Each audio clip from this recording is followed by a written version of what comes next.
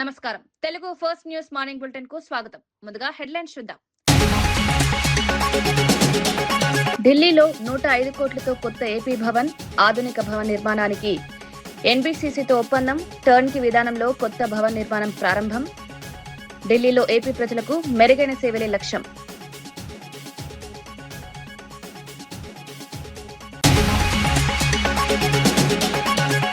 యాభై మంది పేద విద్యార్థులను చదువు బాధ్యత తీసుకున్న కేటీఆర్. టచ్ లైఫ్ తో విద్యార్థులకు అండగా కేటీఆర్. మహిళల సాధికారతకు విద్య మార్గం, సమాజ సేవకు ప్రతి ఒక్కరూ ముందుకు రావాలని పిలుపు.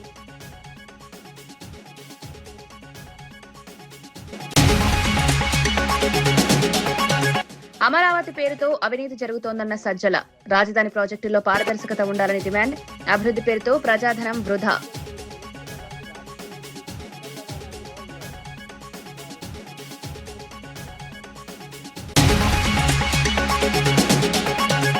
ఆర్ఎస్ ప్రవీణ్ భద్రతతో సీఎంకు సంబంధం లేదన్న దయాకర్. భద్రతా నిర్ణయాలు పోలీస్ శాఖవేనన్న దయాకర్. భద్రతా అంశాన్ని రాజకీయ రంగు పులమొద్దన్న సీఎం. అభివృద్ధిపైనే దృష్టి పెట్టారన్న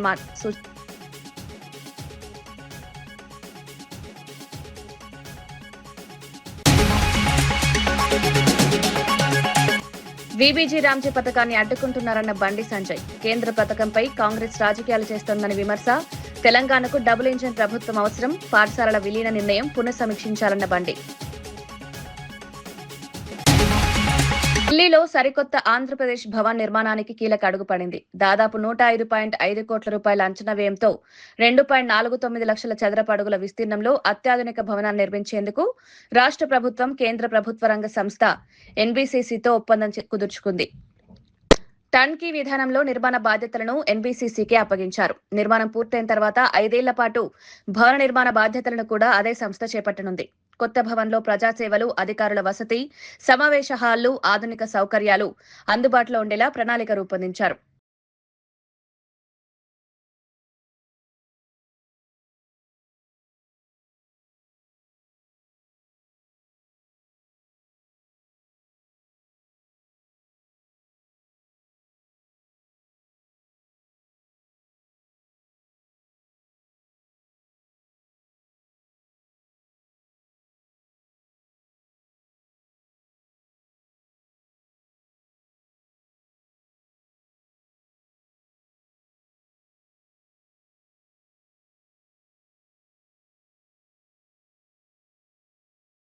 రాజధాని అంశంపై వైఎస్ఆర్సీపీ రాష్ట్ర కోఆర్డినేటర్ సజ్జల రామకృష్ణారెడ్డి తీవ్ర విమర్శలు చేశారు. జగన్మోహన్ రెడ్డి రాజధాని పేరుతో ఎప్పుడు రాజకీయాలు చేయలేదని స్పష్టం చేశారు. ప్రజాధనం దుర్వినియోగం కాకూడదనే బాధ్యతతోనే అమరావతి వ్యవహారంలో ప్రశ్నిస్తున్నామని తెలిపారు. అమరావతిలో రైల్వే స్టేషన్, ఎయిర్పోర్ట్ పేర్లతో కొత్త ప్రాజెక్టులు ప్రకటిస్తూ అవినీతికి అవకాశాలు పెంచుకుంటోందని చంద్రబాబు ప్రభుత్వంపై ఆరోపించారు. అభివృద్ధి పేరుతో ప్రజల సొమ్ము వృధా కాకుండా చూసే బాధ్యత ప్రతిపక్షంపై ఉందన్నారు. రాజకీయం లాగా చేయొచ్చు కదా. రాజకీయ ఎందుకు అనవసరంగా అయితే మిమ్మల్ని మీరు ఇరికించుకుంటున్నారు అనేవాళ్ళు ఉన్నారు. కాబట్టి మీరు అడిగే దీంతో లేదా వాళ్ళు ఆరోపిస్తున్నట్టు రాజకీయం చేసేవాడే జగన్మోహన్ రెడ్డి గారు అయితే ఇది చేయరు. నిన్న మాట్లాడేది ఎందుకు మాట్లాడదు? మాకే సరే ఉంటే ఉంటుంది, కొట్టుకుంటారులే. రేపు వచ్చిన కమిషన్ వేసి ఒక్కొక్కరిని వేసి తాట తీయచ్చు కదా. ఇప్పటి నుంచి ఆపాల్సిన ప్రయత్నం ఉంది. కావాల్సిన ఇష్యూలు లేవా? డిఎస్సీ లేదా? రైతులు ఇన్ని ఉన్నాయి. కాబట్టి వాటి మీద మాట్లాడాలి, వాటి మీదే మాట్లాడాలి. నిన్న కూడా ఇది వచ్చి విలేకరు అడిగితే స్పష్టత ఇచ్చాడు ఆయన. ఇది ప్రతిసారి క్వశ్చన్ వస్తుంటుంది. మీరే మీడియా నుంచి అడిగినప్పుడు స్పష్టత ఇచ్చారు. ఈరోజు కూడా ఇక్కడ అవినీతి లేకపోతే, ఇంత అవినీతి, ఇంత దుబారా, రాష్ట్రాన్ని ముంచే కుట్ర, అప్పుల భారంలో ముంచే కుట్ర ఇవి లేకపోతే దాని గురించి ఎక్కువ మాట్లాడాల్సిన అవసరం లేదు. అక్కడ పేదలకు స్థలాలు ఇస్తే వాటిని తీసేశారు. కాంట్రాక్టర్లకు మొబిలైజేషన్ అడ్వాన్సుల పేరిట ముందే ఇచ్చేశారు. వాళ్ళ పని చూస్తే అది జరగట్లే. నువ్వు 14-19 ఏమో టెంపరీ ఏంటివి, 24-29 మధ్య మున్సిపాలిటీ ఏంటివి, అది వస్తే తప్ప పూర్తి కాదంటివి. ఇంటర్నేషనల్ ఎయిర్పోర్ట్ ఒకటి, రైల్వే స్టేషన్ ఒకటి. ఎందుకంటే అంత భూమిలో ఏం చెప్పాలి ఆయనకు దొరకట్లే. ఏం చేసినా 4-5 దొరుకుతాయి. కాబట్టి ఆల్రెడీ స్పోర్ట్స్ సిటీ అనేది ఇంకో స్పోర్ట్స్ సిటీ కావాలంట. ఓ రైల్వే స్టేషన్ 2,000 ఎకరాల్లో 1,500 ఎకరాల్లో రైల్వే స్టేషన్, ఓ 4-5 ఎకరాల్లో ఎయిర్పోర్టు, బహుశా ఇంకొక 5,000 ఎకరాల్లో స్పేస్ సెంటరు, ఇంకొక 10,000 ఎకరాల్లో ఇంకోటి. తన 50వ పుట్టినరోజు సందర్భంగా సమాజానికి ఉపయోగపడే నిర్ణయం తీసుకుంటున్నట్లు బీఆర్ఎస్ వర్కింగ్ ప్రెసిడెంట్ కేటీఆర్ ప్రకటించారు. ఈ ఏడాది నుంచి 50 మంది పేద విద్యార్థుల విద్యా బాధ్యతను స్వీకరిస్తున్నట్లు వెల్లడించారు. అవసరంలో ఉన్న వారికి చేయూతనివ్వడం నిజమైన మానవత్వమని పేర్కొన్నారు. మహిళల సాధికారతకు తన పూర్తి సహకారం ఉంటుందన్నారు. టచ్ ఏ లైఫ్ థీమ్ తో సమాజ సేవకు అంకితమైన స్వచ్ఛంద సంస్థ నిర్వహించిన స్పర్శ 2026 వార్షిక కార్యక్రమంలో పాల్గొన్న కేటీఆర్ ఈ ప్రకటన చేశారు. Probably also help you connect to other, good donors who would come forward, who would also fund you. And I'm hoping that, I'm only doing this with one intent. My daughter is 17. She goes to college this year. And I can imagine if she didn't have a father, if she didn't have a parent, if she had an upward battle, what could have happened to her? I think, there's no point in living as a human being if you don't have that empathy, if you don't have that sense of despair when you see somebody who is underprivileged, sense of frustration when you can't help somebody who is in need. Today, I think whoever is upstairs has been very kind to me, has given me a lot, and whatever little I can give back to the society in the form of supporting these wonderful initiatives. What I would like to do is, instead of possibly cheering you on, I will commit to sponsoring and supporting 50 young girls from this year. I will do it from my personal account. Hopefully, like I told you last time, I'll also raise awareness. I'll also connect you to more people. I'll probably also help you connect to other, good donors who would come forward, who would also fund you. And I'm hoping that, I'm only doing this with one intent. RS Praveen Kumar కు భద్రతా తగ్గింపుపై వస్తున్న ఆరోపణలను TPCC general secretary Chenagani Dayakar ఖండించారు. తెలంగాణలో ఎవరికి ఎంత భద్రత అవసరమో నిర్ణయించేది పూర్తిగా పోలీస్ శాఖేనని స్పష్టం చేశారు. దీనికి ముఖ్యమంత్రి రేవంత్ రెడ్డికి ఎలాంటి సంబంధం లేదన్నారు. రాష్ట్ర అభివృద్ధి, ప్రజల సంక్షేమం, పరిపాలనపై ముఖ్యమంత్రి పూర్తిగా దృష్టి సారించారని తెలిపారు. వ్యక్తిగత విమర్శలు, రాజకీయ ఆరోపణలపై స్పందించే అవసరం లేదన్నారు. తెలంగాణ రాష్ట్రం కోసం పాటుపడలేదు. ఇవాళ ఆయన అందరి ఐపీఎస్ లాగానే ప్రభుత్వ ఉద్యోగం చేసుకొని రాజకీయాల మీద ఇంట్రెస్ట్ తోని రిజైన్ చేసి రాజకీయాలకు వచ్చాడు. ఇవాళ ఆర్ఎస్ ప్రవీణ్ కుమార్ కు గన్మెన్ల అవసరమా, రక్షణ అవసరమా లేదనేది తెలంగాణ ఇంటెలిజెన్స్, తెలంగాణ పోలీస్ వ్యవస్థ చూస్తా ఉంటది. కాబట్టి రాష్ట్ర ముఖ్యమంత్రి గారికి ఆర్ఎస్ ప్రవీణ్ గురించి ఆలోచించేంత సమయం లేదు, ఆలోచన లేదు. రాష్ట్ర అభివృద్ధి కోసం, తెలంగాణ ప్రజల సంక్షేమం కోసం, యువత భవిష్యత్ కోసం ముఖ్యమంత్రి గారికి ఆలోచన ఉంది తప్ప ఇలాంటి ఆర్ఎస్ ప్రవీణ్ల గురించి, ఎల్లయ్య మల్లయ్య పుల్లయ్య గురించి, గన్మెన్ల గురించి, లేకపోతే బీఆర్ఎస్ పార్టీ ఏజెంట్లుగా ఉండి ఉద్యోగం పనిచేస్తున్నప్పుడే ఏజెంట్ గా వ్యవహరించినటువంటి ఆర్ఎస్ ప్రవీణ్ మీద ఆలోచన చేసే అవసరం మాకు లేదు. కాబట్టి ఆర్ఎస్ ప్రవీణ్ కుమార్ కు రక్షణ అవసరం ఉందా లేదా అనేది తెలంగాణ పోలీస్ వ్యవస్థ చూసుకుంటది. బీఆర్ఎస్ నాయకులారా, దయచేసి అర్థం లేని ఆరోపణలు, ఈ పిచ్చి ఆరోపణలు మానుకోవాలని కూడా ఆర్ఎస్ ప్రవీణ్ కుమార్ కి హితవు పలుకుతా ఉన్నాను. దయచేసి తన యొక్క పాపులారిటీ కోసం, తన యొక్క ఇమేజ్ కోసం ముఖ్యమంత్రి గారి పైన విమర్శలు చేస్తే ఎట్టి పరిస్థితుల్లో సహించమని ప్రభుత్వ విప్ బల్మూరి వెంకట్ బీజేపీ నాయకుడు మహేశ్వర్ రెడ్డిపై తీవ్ర వ్యాఖ్యలు చేశారు. మహేశ్వర్ రెడ్డి ఎమ్మెల్యేలాగా కాకుండా సినిమా దర్శకుడిలా ఊహాజనిత కథలు చెప్తున్నారని విమర్శించారు. ముందుగా మీ పార్టీ పరిస్థితిని చూసుకోవాలని సూచించారు. బండి సంజయ్, ఈటెల రాజేందర్, అరవింద్, కిషన్ రెడ్డి ఒక్కొక్కరు ఒక్కోలా మాట్లాడుతున్నారని ఎద్దేవా చేశారు. బీజేపీ రాష్ట్ర అధ్యక్షుడి మాటని సగం మంది వినడం లేదన్నారు. ఆ పార్టీకి చెందిన పలువురు ఎమ్మెల్యేలు కాంగ్రెస్ తో టచ్ లో ఉన్నారని ఆరోపించారు. వారి యొక్క కల్పనల గురించి వారు మాట్లాడిన మాటలు చూస్తే, మా ప్రభుత్వంలో, మా పార్టీలో ఏం జరుగుతుందో ఒరిజినల్, డూప్లికేట్ గురించి ఆయన మాట్లాడుతుండు. బీజేపీ పార్టీల ఎలక్షన్లో 2 నెలల ముందో, నెల ముందో, 2 నెలల ముందో, నాకు తెలిసి 20 రోజుల ముందు కావచ్చు, 20 రోజుల్లో, నెల ముందో బీజేపీ పార్టీలో చేరినాం. బీజేపీ పార్టీలో చేరి బీజేపీ పార్టీలో 8 మంది ఎమ్మెల్యేలు గెలిస్తే అందులో కొత్తగా అందరికంటే లాస్ట్ పోయినవే నువ్వు. ఢిల్లీకి మూటలప్ప చెప్పి నరేంద్ర మోడీకి, మరి అమిత్ షాకి ఏమి సమర్పించుకున్నావేమో కానీ శాసనసభాపక్ష నేతగా నేను ఎన్నుకోనరు. 8 మంది ఎమ్మెల్యేలు ఉన్నారు మీ పార్టీలో. 8 మంది ఎమ్మెల్యేలో ఒక్క ఎమ్మెల్యేనా నీ మాటినే పరిస్థితి ఉందా? ఏ ఒక్క ఎమ్మెల్యేనా నువ్వు ప్రెస్ మీట్ పెడితే నీతో పాటు పక్కన కూర్చొని ప్రెస్ మీట్లో పాల్గొనే పరిస్థితి ఉందా? నీ సొంత పార్టీ ఎమ్మెల్యేల గురించే ఎమ్మెల్యేలు నీతో పాటు ఉండే పరిస్థితి లేదు. మీ 8 మంది ఎమ్మెల్యేల పాప 3 సార్లు గెలిచిన రాజాసింగ్ని పక్కన పెట్టి ఆయనకి ఇవ్వాల్సిన కుర్చీ నువ్వు తెచ్చుకున్నావు. ముందు నీ సిగ్గుంటే నీ యొక్క కుర్చీకి రాజీనామా చేసి బాధ్యతతోటి అది దానికి అర్హులు ఎవరో వాళ్ళకి ఇవ్వాలి. దాన్ని పక్కన పెట్టి మీ పార్టీలా 1,00,000 గొల్లాలు ఉన్నాయి, 1,00,000 పంచాయతీలు ఉన్నాయి. బండి సంజయ్ ఖతం కావాలని చెప్పి ఈటల రాజేందర్ ప్రయత్నిస్తాడు. రోజు పొద్దున్న లేస్తే ఈటల రాజేందర్, బండి సంజయ్ కొట్లాడుకుంటారు. ధర్మపురి అరవింద్ కిషన్ రెడ్డి తన్నుకుంటారు. ఈయన కథం కావాలని చెప్పి ఆయన కథం కావాలని చెప్పి ఈయనే. ప్రతి జిల్లా వ్యాప్తిగా చూసుకుంటే మీ ఎమ్మెల్యేల మధ్యలో నీకు రాకేష్ రెడ్డికి పాయల శంకర్కి మీ ఆదిలాబాద్ జిల్లా పరిధిలో ఉన్న ఎమ్మెల్యేలతోటే నీకు రోజుకు ఒక పంచాయతీ. మీ అధ్యక్షుని మాట సగం మంది వినే పరిస్థితి ఉండదు. మీ రఘునందన్ రావు ఒకటి మాట్లాడితే కిషన్ రెడ్డి ఒకటి మాట్లాడతాడు, బండి సంజయ్ ఒకటి మాట్లాడతాడు, ఈటల రాజేందర్ ఒకటి మాట్లాడతాడు. వీళ్ళందరికీ భిన్నంగా ధర్మపురి అరవింద్ మాట్లాడతారు. వీళ్ళందరి లైన్ ఒక రకంగా ఉంటే నాకు కేంద్ర మంత్రి కావాలని చెప్పి మహబూబ్నగర్కి వెళ్ళి డీకేఆర్ నుంచి ఆమె ఒక రకంగా మాట్లాడుతుంది. ముందు మీ పార్టీలనే పట్టుమని చెప్తే 10 మంది లేరు. ఉన్న 10 మందిలో మీకే సఖ్యత లేదు. ఉన్న 10 మందిలో మీ పరిస్థితి అయోమయ గోచర స్థితిలో ఉంది. మీ దాంట్లోనే ఎప్పుడెవడు కథమవుతాడా అని చెప్పి ఒకరిపైన ఒకరు ఆరోపణలు చేసుకుంటూ ఉన్నారు. మనం ఈ జాతీయ అధ్యక్షుడు 3 రోజుల పర్యటన చేస్తే 3 రోజుల పర్యటన గురించి చర్చనే లేదు.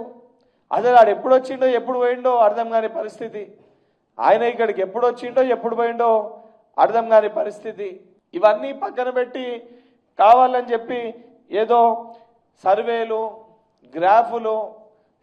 గ్రాఫ్ గురించి మీ దాంట్లో మీ సునీల్ బన్సల్ ఎవరు ఉన్నారు కదా, ఆయన రాసిచ్చిండు. 8 మంది ఎమ్మెల్యేలు రాబోయే ఎన్నికల్లో వచ్చే ఎన్నికల్లో 3-4 ఎమ్మెల్యేలు అయితే కాంగ్రెస్ తో టచ్ లో ఉన్నారు. ఉన్న 3-4 ఇంకో 3 మూడో స్థానానికి పడిపోతారు. వైఎస్ఆర్సీపీ రాష్ట్ర ప్రధాన కార్యదర్శి సజ్జల రామకృష్ణారెడ్డి రాజధాని అమరావతి అంశంపై ప్రెస్ మీట్ నిర్వహించి ముఖ్యమంత్రి చంద్రబాబు నాయుడు, డిప్యూటీ సీఎం పవన్ కళ్యాణ్ పై తీవ్ర విమర్శలు చేశారు. అమరావతి విషయంలో పూటకో మాట మార్చింది చంద్రబాబు, పవన్ కళ్యాణేనని ఆరోపించారు. గతంలో వారు చేసిన వ్యాఖ్యలకు సంబంధించిన పాత వీడియో క్లిప్పింగ్లను మీడియా సమావేశంలో ప్రదర్శించారు. ప్రజలను తప్పుదోవ పట్టించేలా ఇప్పుడు భిన్నమైన ప్రకటనలు చేస్తున్నారని విమర్శించారు. రాజధాని అంశంపై వైఖరి మార్పుకు ప్రజలకు సమాధానం చెప్పాలని డిమాండ్ చేశారు. గత హామీలు, ప్రస్తుత ప్రకటనల మధ్య ఉన్న వ్యత్యాసాన్ని ప్రజలు గమనిస్తున్నారని పేర్కొన్నారు. ఎట్లా మాట్లాడారు, ఇప్పుడు ఎట్లా మాట్లాడారు అనేది తెలుసు. మాట్లాడుతున్నారనేది ఇప్పుడు మాట్లాడుతున్నారు అందరికి తెలుసు. గతంలో ఏమన్నారు చూడండి. ఈయన పవన్ కళ్యాణ్ గారు ఏమన్నారు గతంలో చూడండి. ఈ బడ్జెట్ మన క్యాపిటల్ విషయంలో కూడా ఇంక్లూజివ్ క్యాపిటల్ కాదు, ఎక్స్క్లూజివ్ గా కొద్ది మంది కోసమే, లేదంటే తెలుగుదేశం పార్టీ అఫిలియేటెడ్ క్యాపిటల్ లో ఉంది తప్ప ఉత్తరాంధ్ర నుంచి వచ్చే అక్కడ ప్రజలకి ఇక్కడ క్యాపిటల్ లో రావాలంటే ఎలా స్థిరపడతారు, ఇక్కడ రాయలసీమ ప్రాంత వాసులు రావాలంటే ఇక్కడ ఎలా స్థిరపడతారు. అలాగే ప్రతి జిల్లా నుంచి అన్ని వర్గాల నుంచి అమరావతిలో స్థిరపడాలంటే ఏమేమి ఇయర్ మార్క్ చేశారా, ఇన్ని 33,000 ఎకరాలు పెట్టారు. ఈ 33,000 ఎకరాల్లో 2,000-3,000 ఎకరాలు ఒక్కొక్క ప్రాంతానికి కానీ ఒక్కొక్క జిల్లాకి కానీ ఇయర్ మార్క్ చేశాం. అక్కడ ఛాంబర్ ఆఫ్ కామర్స్ కి బిజినెస్ పెట్టుకోవాలంటే ఇలాంటి ఏం చేసి అసలు ఇలాంటి ఇన్క్లూజివ్ క్యాపిటల్ కాదు. ఇలాగా ప్రతి అంశంలోనూ తెలుగుదేశం పార్టీ చాలా బలమైన వైఫల్యాన్ని చూపిస్తా వచ్చింది. భూసేకరణ చేయడానికి వీలు లేదు. ఇష్టపడిస్తే తీసుకోండి, అనుమానం లేదు. మీరందరూ చెప్పండి. ఇవ్వలేమంటున్న వ్యక్తుల గురించి వాళ్ళు ఇవ్వలేమంటున్నప్పుడు మీరు ఒప్పించి తీసుకోండి తప్ప దాని నుంచి లాక్కోవద్దు అని చెప్తున్నారు. కర్నూలు మన రాజధాని, ఈరోజు అమరావతి మనకి రాజధాని ఏమో కానీ నా మనసుకి కర్నూలే రాజధాని. దీనికి జనసేన ప్రభుత్వం తీసుకొచ్చిన రోజున నేను మీకు మాటిస్తున్నాను, అది ఎంత రాజధాని, ఏ స్థాయి నగరంతో కర్నూలు దానికి మించిన స్థాయి నగరాన్ని తీసుకొస్తాను. ఇవాళ రోజు కూడా అడిగిపోయిన కాలంలో కట్టలు అంటారు. భారతదేశంలో అనేక రాష్ట్రాలు కట్టలు లేకుండా ఎక్కడ ఉన్న ప్రపంచ దేశాల్లో ఆయన సోము వీర్రాజు గారు బీజేపీ. డెవలప్ అయినటువంటి చైనా, దాని రాజధాని బీజింగ్, దాని చాంగ్లైన్ డెవలప్. తెలంగాణ అప్పుల అంశంపై కాంగ్రెస్, బీఆర్ఎస్ మధ్య రాజకీయ పోరు మరింత వేడెక్కింది. Deputy CM Bhatti Vikramarka press meet నిర్వహించి బీఆర్ఎస్ ప్రభుత్వ హయాంలో రాష్ట్రంపై 8.21 లక్షల కోట్ల అప్పుల భారం మోపారని ఆరోపించారు. ఈ అంశంపై కేసీఆర్, మాజీ మంత్రి హరీష్ రావు ప్రజలకు సమాధానం చెప్పాలని డిమాండ్ చేశారు. అప్పులపై హరీష్ రావు తప్పుడు ప్రచారం చేస్తున్నారని మండిపడ్డారు.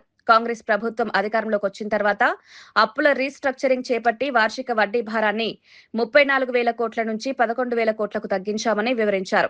సింగరేణిని కూడా బీఆర్ఎస్ ప్రభుత్వం సంక్షోభంలోకి నెట్టిందని ఆరోపించారు. చేసిన అప్పుల్ని రాష్ట్రం పైన వేసిన భారాన్ని తక్కువ చేసి చూపించడం కోసం కొంత ప్రయత్నం హరీష్ రావు గారు, కేటీఆర్ గారు పరి విధాలుగా ప్రయత్నం చేస్తూ ఉన్నారు. ఆ ప్రయత్నాలు ఏ స్థాయికి వెళ్ళాయంటే వారు గత ప్రభుత్వంలో 10 సంవత్సరాలు మంత్రిగా పనిచేశారన్న సంగతి కూడా మర్చిపోయి స్థాయి దిగజార్చుకొని అబద్ధాలన్నీ పోగేసుకొని ఆ పోగేసుకున్న అబద్ధాలని ప్రచార అస్త్రాలుగా మార్చుకొని అదే పనిగా ఒక గ్లోబల్స్ ప్రచారం చేయడం కోసం ప్రయత్నం చేస్తూ ఉన్నారు. ఇది ఒక అంశంలో కాదు, అనేక అంశాలపైన ఇదే పనిగా పెట్టుకొని అబద్ధాలని ఒక్కొక్క శాఖ మీద ప్రయత్నం చేసే కార్యక్రమం చేస్తూ ఉన్నప్పుడు ఈ రాష్ట్ర ఆర్థిక పరిస్థితిని, రాష్ట్రంలో ఉన్నటువంటి సామాజిక పరిస్థితుల్ని, రాష్ట్రంలో ఉన్నటువంటి వనరుల్ని క్షుణ్ణంగా అర్థం చేసుకున్న ప్రభుత్వం తప్పనిసరిగా ఇప్పటికి కూడా మన వాస్తవాలు ప్రజల దృష్టికి తీసుకొని రాకపోతే ఈ అబద్ధాలు చెప్పేటువంటి ప్రచారకుల మాటలే ఇప్పటికే ఆ 10 సంవత్సరాలు వారి పాలన ఈ రాష్ట్రం పైన భారంగా మారింది. ఈ అబద్ధాలు ఇంకా పెనుభారంగా మారి సమాజానికే ఇది పెద్ద విధ్వంసంగా మారేటువంటి అంశంగా మారింది. ఇటువంటి పరిస్థితుల్లో ఉన్న వాస్తవాన్ని మేము ఆలోచన చేశాం. సరే, పని ఎట్లా లేదు వాళ్ళకి, 10 సంవత్సరాలు అడ్డగోలుగా చేసినటువంటి దోపిడీతో పెట్టుకున్నటువంటి వార్తా సంస్థలతోనో, అడ్డగోలుగా నిర్మించుకున్నటువంటి సోషల్ మీడియా వ్యవస్థలతోనో చేసుకునేటువంటి ప్రయత్నం ఇది చివరికి రాష్ట్ర ఆర్థిక పరిస్థితి పైన, రాష్ట్రం ప్రతిష్టాత్మకంగా ప్రాణప్రదంగా చూసుకున్నటువంటి అనేక ప్రభుత్వ రంగ సంస్థలపైన పడే ప్రభావం ఉన్నది. నిశ్శబ్దంగా ఉంటే ఇంకా నష్టం చేసినటువంటి వాళ్ళు అవుతాం. అబద్దాల పునాదులపైన ఏ ఆర్థిక వ్యవస్థను నిర్మించలేము. 10 సంవత్సరాలు ఇటువంటి అబద్దాల పునాదులపైనే ఆర్థిక వ్యవస్థ నిర్మిస్తున్నాం అని చెప్పి రాష్ట్రాన్ని ఈరోజు అనేక రకాలైనటువంటి ఇబ్బందులు నెట్టేసినటువంటి పరిస్థితుల్లో వాటన్నిటి గురించి మాట్లాడితే రాష్ట్రం యొక్క ప్రతిష్ట ఏమన్నా బయట రాష్ట్రాల్లో మిగతా ప్రాంతాల్లో కానీ తగ్గుతుంది అనేటువంటి ఆలోచనతో సాధ్యమైనంత వరకు ఆ వాస్తవాల్ని ఎక్కువగా మాట్లాడకుండా పాలన మీద దృష్టి సారించి వాటిని సరిచేసే వ్యవస్థలో ముందు పోతా ఉన్నాం. అయినప్పటికి కూడా కావాలని పదే ఇంకా అబద్దాలు చెప్తా ఉంటే తప్పనిసరి పరిస్థితుల్లో ఈరోజు బయటకు వచ్చి వాస్తవాలు చెప్పాలనేటువంటి ఆలోచనతో వచ్చాం. హరీష్ రావు గారు, కేటీఆర్ గారు, మేము ముఖ్యమంత్రికి మంత్రులు ఛాలెంజ్ విసురుతున్నాం, రండి సమాధానం చెప్పండి అంటున్నారు. అనేక సందర్భాల్లో వాళ్ళు మీరే మాట్లాడుతూ ఉన్నారు, మా నాయకుడు కేసీఆరే, వారే వస్తారు, వారే పాలిస్తారు అని చెప్తారు. చేసింది అప్పులు, రాష్ట్రాన్ని సర్వనాశనం చేసింది కేసీఆర్ అండి. భవిష్యత్తులో మళ్ళీ ఆయనే వస్తున్నారు, మళ్ళీ మీరే చెప్తుంటారు. మధ్యలో మీ సంగతి ఏంది? అసలు మీరు ఏం మాట్లాడుతున్నారో మీకే తెలియదు, మీరేం చేద్దాం అనుకుంటున్నారో మీకే తెలియదు. మీరు మీ చేతుల్లో ఏముందని అసలు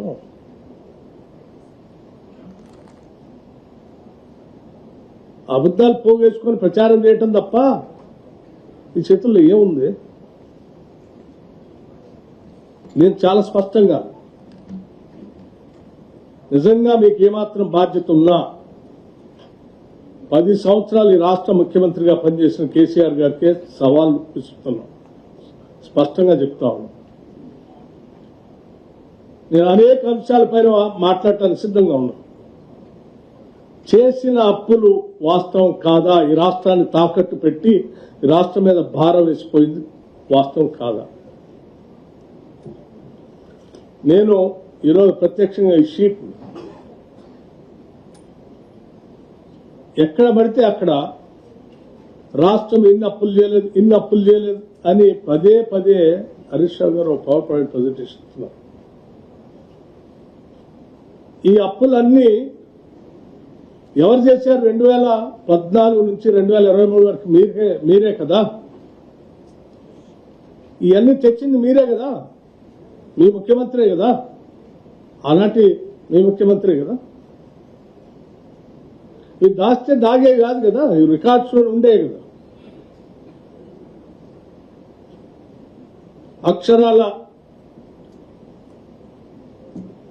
మీరు రకరకాల మార్గాల ద్వారా రాష్ట్రాలు తెచ్చిన అప్పులు, ఎఫ్ఆర్బిఎం పేరు మీద కొన్ని, government guaranteed loans raised by అంటే కార్పొరేషన్స్ పేరు మీద కొన్ని, మీరు ఎంప్లాయీస్ కి పెండింగ్ పెట్టిపోయినటువంటి అప్పులు కొన్ని, డిస్కమ్స్ కి ఎనర్జీస్ కి కట్టాల్సిన అప్పులు కొన్ని, ఇవన్నీ ఈరోజు లెక్కలు ఉన్నాయి కదా. ఇవన్నీ కలిపి 8,21,651 కోట్లు మీరు బకాయి పెట్టిపోయారు కదా అప్పులు చేసి.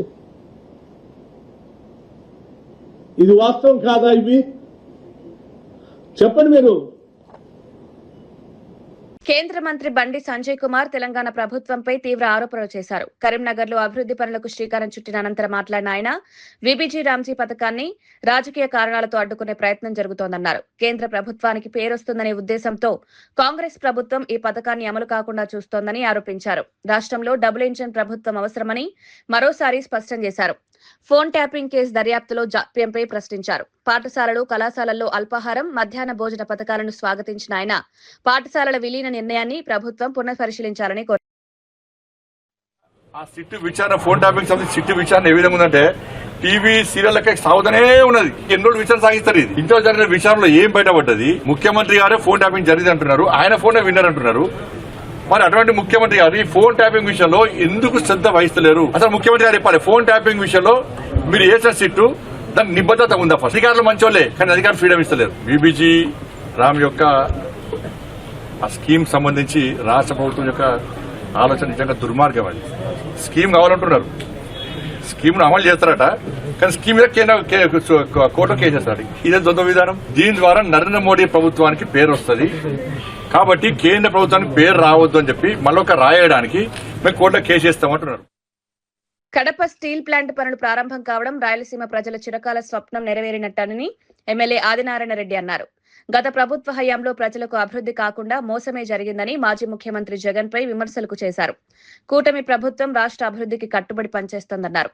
పరిశ్రమల అభివృద్ధితో ఉపాధి అవకాశాలు పెరుగుతాయని ఆశాభావం వ్యక్తం చేశారు. రాయలసీమ సమగ్ర అభివృద్ధి కోసం ప్రభుత్వం అనేక కార్యక్రమాలు చేపడుతోందని తెలిపారు. అతను సానుభూతి కోసం కోడికత్తి డ్రామా, మరొకటి వివేకానందరెడ్డి డ్రామా. అంటే వివేకానందరెడ్డిది గుండెపోటు, ఫస్ట్ ఏమో కత్తిపోటు, రెండోదేమో వివేకానందరెడ్డి పోటు. వాళ్ళ అవినాష్ రెడ్డికి బెయిల్ కోసం వాళ్ళ అమ్మకు గుండెపోటు కర్నూలులో. నాలుగోది ఎలక్షన్ల సందర్భంగా రేపపోటు. ఇప్పుడు చెప్పే పోటు వెన్నుపోటు. నువ్వు పొడిచేది పోటు, నువ్వు వెన్నుపోటు పొడుస్తానే ఉంటావు ఈ ప్రజలకు.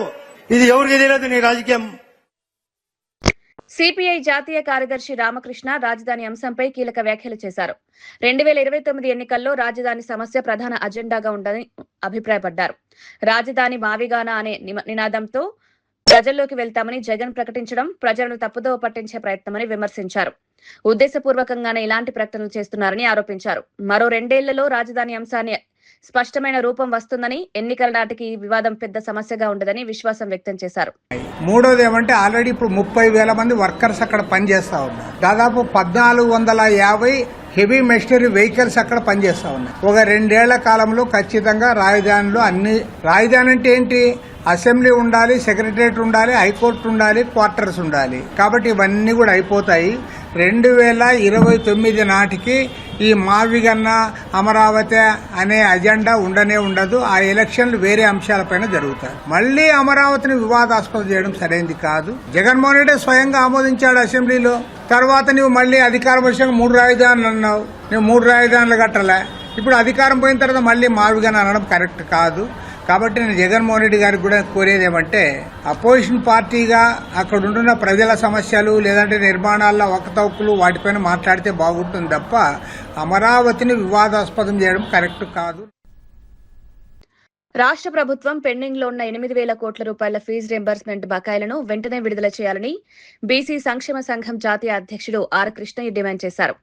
జీవో నెంబర్ 9 ను రద్దు చేయాలని కూడా ప్రభుత్వాన్ని కోరారు. విద్యానగర్లో బీసీ విద్యార్థి సంఘం ఆధ్వర్యంలో నిర్వహించిన ర్యాలీలో పాల్గొన్న ఆయన పేద విద్యార్థుల ఉన్నత విద్యకు అడ్డంకులు సృష్టించే నిర్ణయాలను సహించబోమన్నారు. ఫీజు బకాయిల కారణంగా వేలాది మంది విద్యార్థుల భవిష్యత్ ప్రమాదంలో పడుతోందని ఆందోళన వ్యక్తం చేశారు. ప్రభుత్వం వెంటనే స్పందించి బకాయిలు విడుదల చేయాలని కోరారు. డిమాండ్లు నెరవేరకపోతే ఉద్యమాన్ని మరింత ఉధృతం చేస్తామని హెచ్చరించారు. జూలై 8న ఇందిరా పార్క్ వద్ద సత్యాగ్రహ దీక్ష నిర్వహించి ప్రభుత్వంపై ఒత్తిడి తీసుకురానున్నట్లు ప్రకటించారు. సత్యాగ్రహ దీక్ష ఉంది. ఈ విధంగా ఇందిరా పార్క్ దగ్గర నేను 8వ రోజు సత్యాగ్రహ దీక్ష చేస్తున్నా. ప్రభుత్వం ఉద్దేశపూర్వకంగా పేద కులాలు, పేద వర్గాలు చదువుకుంటున్నారు. బీసీలు, ఎస్సీలు, ఈబీసీలు, ఎస్టీలు, మైనార్టీలు, పేద వర్గాలు ఉన్నత విద్య, వృత్తి, ఇంజనీరింగ్, మెడిసిన్, పీజీ, డిగ్రీ ఒక పైసా ఖర్చు లేకుండా చదువుకుంటుంటే ప్రభుత్వంలోని భూస్వామ్య వర్గాలు, దోపిడీ వర్గాలు దీన్ని చూసి భరించలేకపోతున్నాయి. అందుకే వాళ్ళందరూ ఈ స్కీమ్ ఎట్లా చేయాలని చూస్తున్నారు. ఈ స్కీమ్ వల్ల రాష్ట్రం అభివృద్ధి చెందింది, సమాజంలో మార్పు వచ్చింది. ప్రతి ఒక్కరు ఐటీ, ఇప్పుడు రాష్ట్ర ప్రభుత్వంలో ఉన్న జాబ్ హోల్డర్ల కంటే ఐటీ కంపెనీలల్లో విదేశాలలోనే మన వాళ్ళు ఎక్కువ ఉన్నారు. మన రాష్ట్ర ప్రభుత్వంలో 2 లక్షలు 3 లక్షల కంటే ఎక్కువ లేరు.